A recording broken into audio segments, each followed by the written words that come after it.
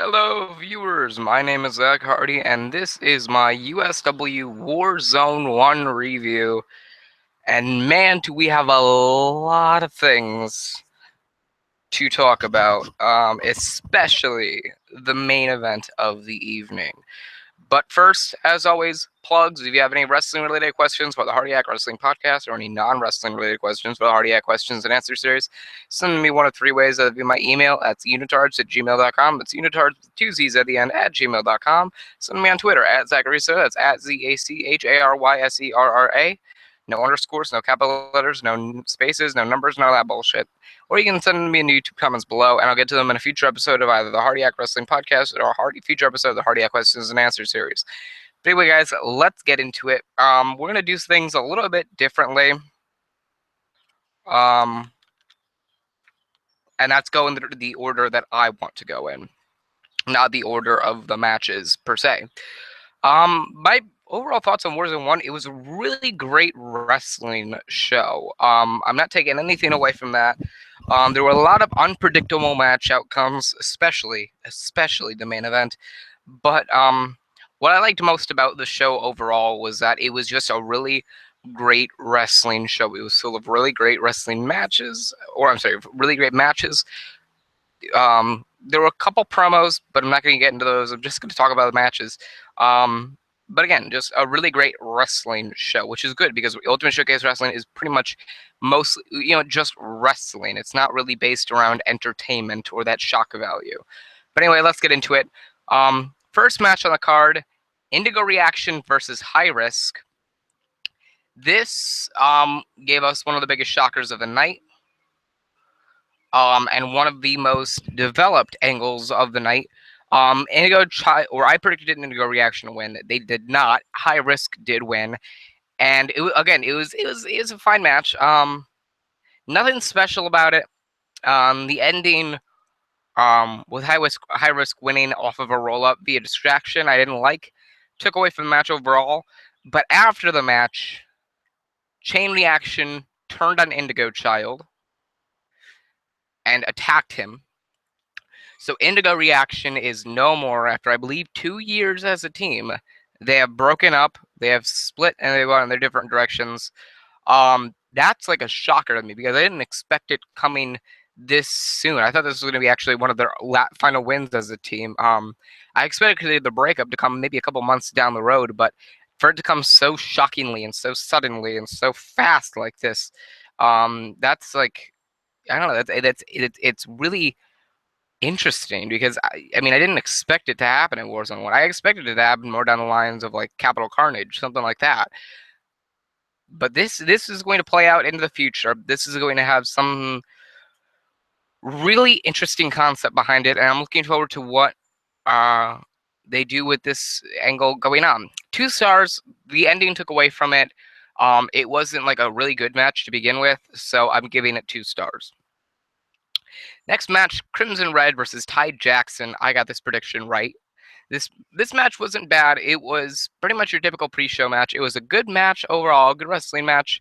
Not full of spots, not full of, character development, just a good wrestling match for what it was, and a good one-off match as well. Crimson Red won.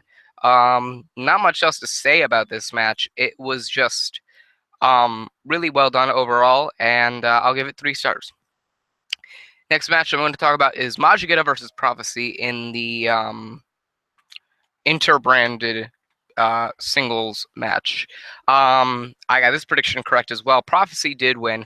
This was one of the best wrestling matches on the card. Too bad I got stuck to the pre-show, but this was one of the best matches on the card. 4 stars overall that I'm giving this match.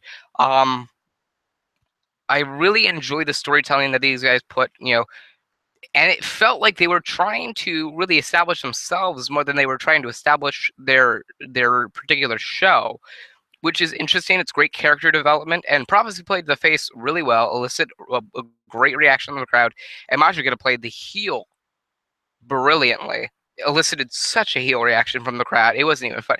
You could hear everybody. I mean, I'm sure if Kevin Dunn was there to lower the boos to a minimal, you could still hear them roaring throughout the arena.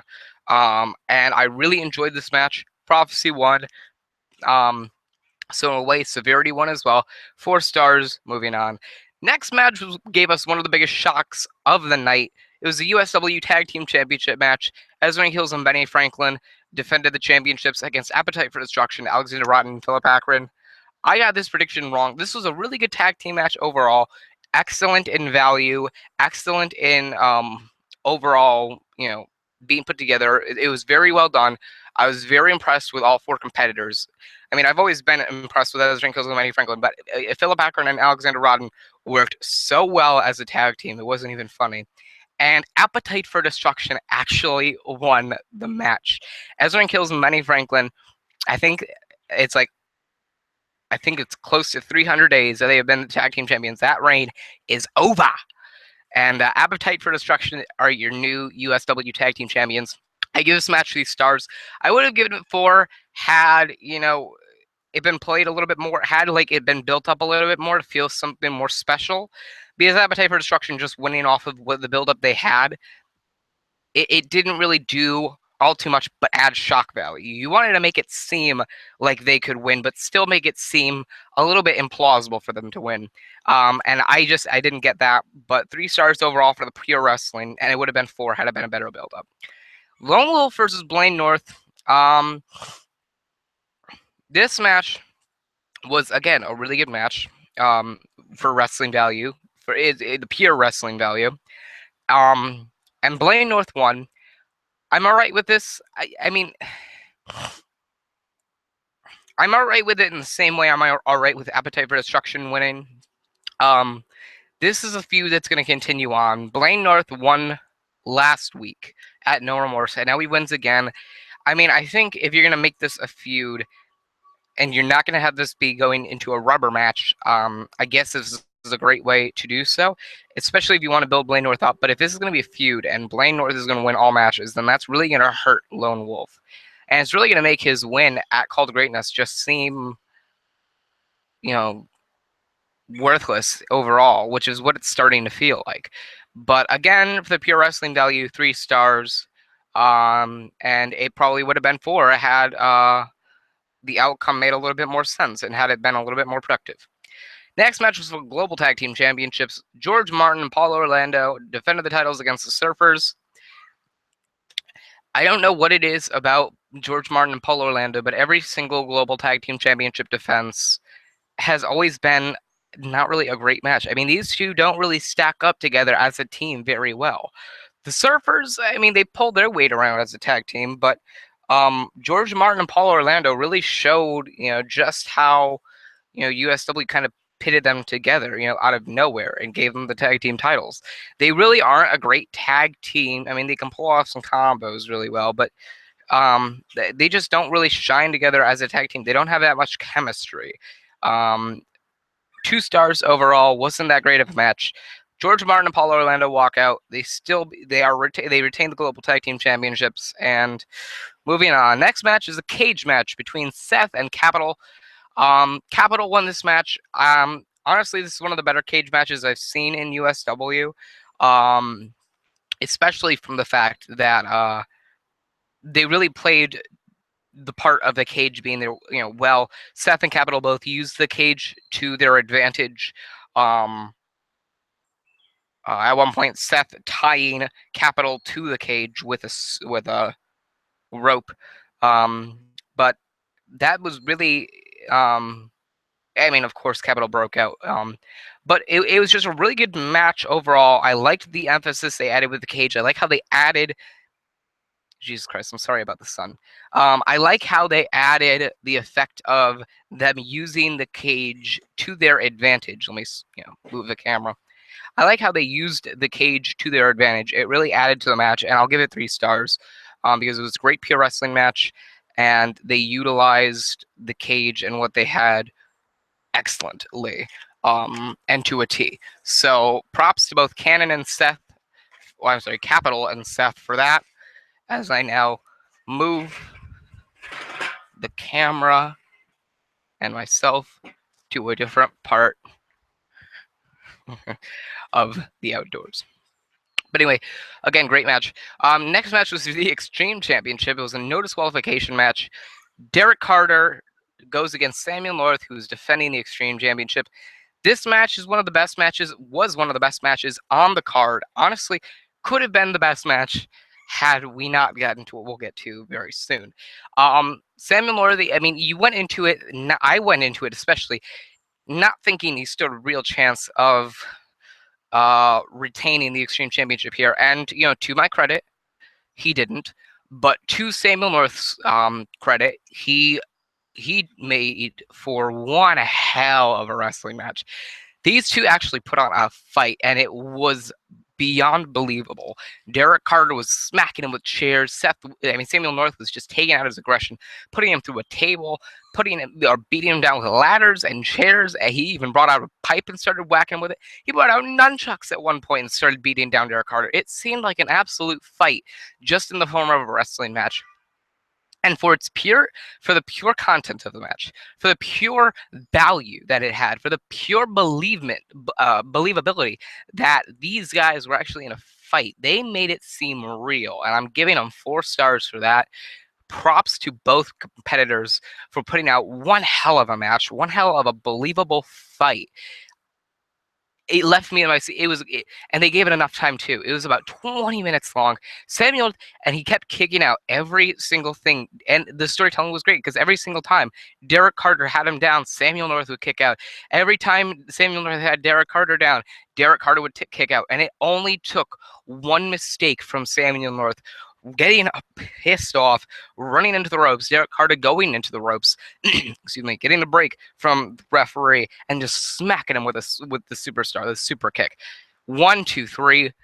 Derek Carter wins. He is the new Extreme Champion. Props to both Samuel North and props to Samuel North and props to Derek Carter. One hell of a performance. I'll give you a round of applause for that. But 4 stars for that match. Next was Weiler versus Washington, and this was a fairly short match. It was shorter than I would have liked. It was about 5 minutes long. Weiler ended up winning. The match was all right. It got sloppy at some points, not really in Washington's fault or Weiler's fault. It was just that they didn't really click. And I honestly haven't really believed that Weiler or Washington have ever really been that charismatic or have never really been that charismatic in the ring together. So this seemed like it was going to be something a little, underwhelming going into the match. But Weiler won 2 stars, and I guess this is going to become a thing throughout the next couple of weeks. Anyway, next match, Alex Martin versus Wolf Granger. This match, the match was really good overall. Alex Martin stood a chance. He fought back valiantly. He would kick out of whatever Wolf Granger threw at him. He would fight back. He would get Wolf Granger down at points, but the outcome of the match really got me pissed off. Really, well, they get me pissed off, but it really struck a nerve with me because you're building Wolf Granger to be this,